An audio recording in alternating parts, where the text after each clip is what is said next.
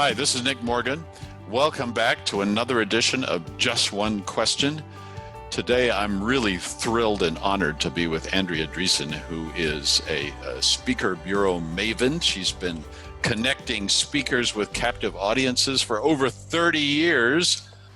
She's, of course, a member of the International Association of Speaker Bureaus, and she's the author of a book that I really loved and talked about when it first came out. We did a Q&A for the blog, The Non-Obvious Guide to Event Planning for Kick-Ass Gatherings That Inspire People. And what I particularly loved about that was, your take on interactive and non-traditional ways to make meetings interesting. So when we get back to having meetings again, we're gonna talk about that book again, I think. The other thing you should know about Andrea before we start is that she delivered a beautiful TEDx Seattle talk called Eulogies for the Living. You can Google it that way. And that comes from her background work in part as a hospice volunteer. So welcome, Andrea. How are you doing in this strange time? You know, I'm healthy. And so knowing that I am grounded in my health is the most important thing, as we're all learning all too clearly. Still in lockdown here in Seattle, as is some of the country. But professionally, I feel as if I'm running a startup these days, just even though I've been in business for all this, decades, I'm just learning, like so many of us, how to make the most out of this virtual realm, and both on the speaker side and the planner side, meeting design, how to maximize what we're up against and find ways to make it even better in some ways than in person. So that is quite a challenge, and it's more than a full-time job these days. It's a huge challenge, and of course the thing about the virtual world is that those pings keep coming. They come 24/7, and they can come from anywhere. And so what we used to think of as a day where you actually met with people and went to the job in the morning and came back in the evening seems to have come unglued in that sense. So speaking of how strange our lives are now, the U.S. And the rest of the world is slowly opening back up, but we're at very different stages depending on where we are in the world, as you alluded to.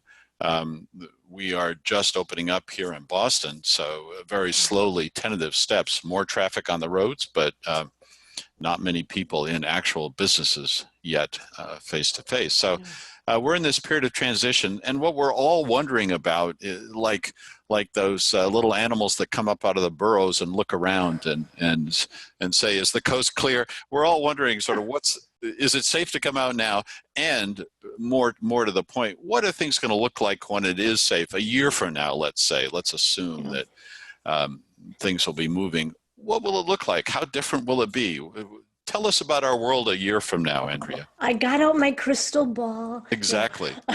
Well, that question is certainly the question that we're all asking, and particularly on the speaker side and the planner side, it's the conversation we're all having.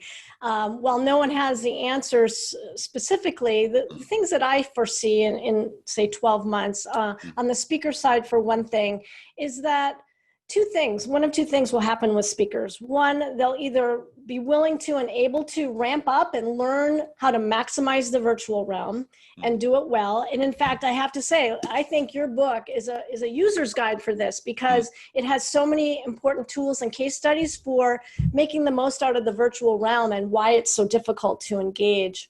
Thanks for that. Yeah, you bet. Mean it.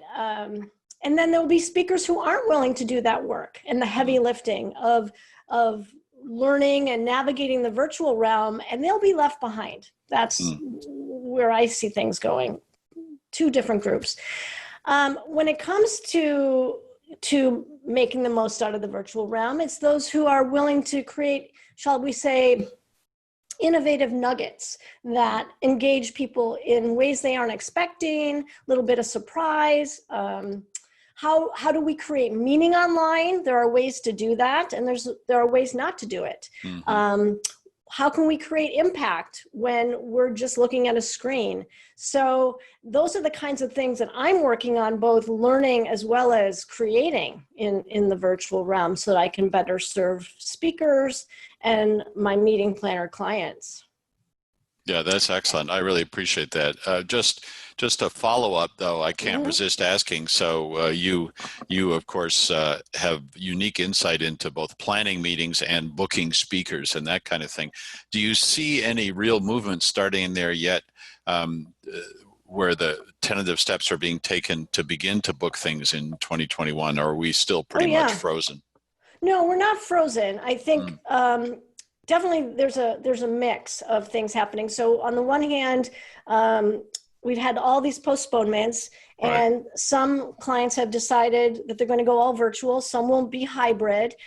I predict when it comes to the meeting structure, a year from now, we're absolutely going to see a mix still of virtual and in-person. That is a hybrid event.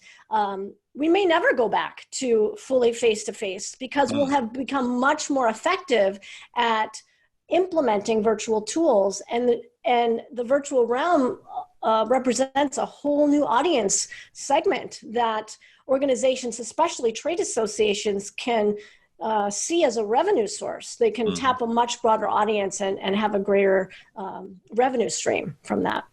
Yeah, that's great. It's figuring out how to have the same emotional impact and power that a face-to-face meeting has when you're sitting in a conference room in Hawaii, let's say, and you've gone to the trouble of traveling all the way there, and you have that kind of magic of the place combined with the impact of the people around you. How do you get at least some of that or enough of that conveyed in the virtual world, so that people feel like they've gotten similar value? Once we figure that out, once we crack that particular puzzle open, then we'll really be in good shape with these hybrid events. I agree. Yeah. And speakers, I think, will have to be much more effective at, well, first of all, it'll open up a global marketplace. It already is. Planners will be able to tap nearly any speaker. It will be independent of time and space now. It already is. I think that's making it possible for more speakers to be able to make a living these days. That said, they're going to have to be better able to address language barriers and cultural differences. So folks who can do that well will succeed. Those who can't, again, will be left behind. Andrea Driessen, as always, interesting takes and fabulous perspective on the future of our business. Thank you so much. You're welcome. Pleasure. Stay safe. You bet. You do the same, Nick. Thank you.